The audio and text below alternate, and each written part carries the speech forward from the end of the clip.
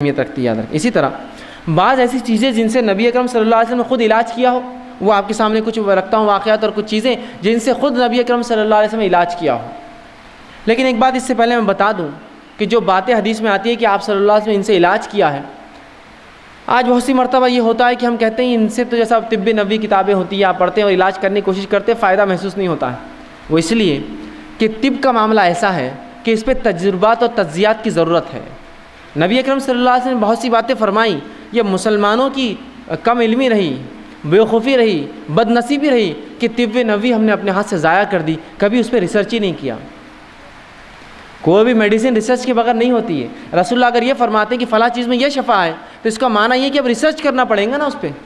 اس میں سے نکالنا پڑے گا کیسی شفا ہے، کس چیز کے ساتھ دنیا کی مل کے شفا دیں گی، کون سی اور چیزوں سے مل جانے سے فلاں فائدہ ہوگا۔ ریسرچ ورک کبھی نہیں ہوا، اور افسوس مسلمانوں نے یونانی طب کو اپنا طب سمجھا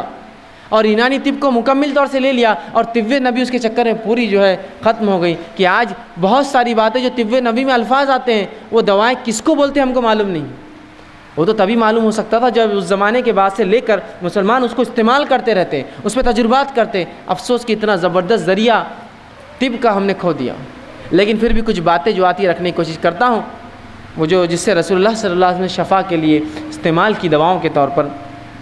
سب سے پہلے جو حدیث میں آتا ہے وہ یہ کہ آپ شہد سے علاج کیا کرتے تھے۔ ایک مرتبہ ایک شخص آیا اور کہ اللہ کے رسول صلی اللہ علیہ وسلم میرے بھائی کو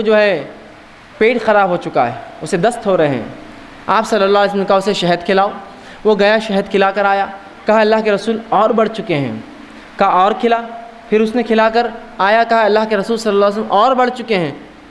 کہا اور کھلا، 3 مرتبہ کھلانے کا حکم دیا۔ پھر وہ آ کر کہا اللہ کے رسول اور اس کے دست بڑھ گئے ہیں، تو کہا اللہ کی کتاب سچی ہے، تیرے بھائی کا پیٹ جھوٹا ہے، اسے اور کھلا شہد، اس لیے کہ اللہ نے شہد کے تعلق سے کہا اس میں شفا ہے، تو اللہ کی کتاب سچی ہے، تیرے بھائی کا پیٹ جھوٹا ہے، اسے اور کھلا۔ جب اور کھلایا گیا تو ان کو شفا مل گئی اس چیز سے۔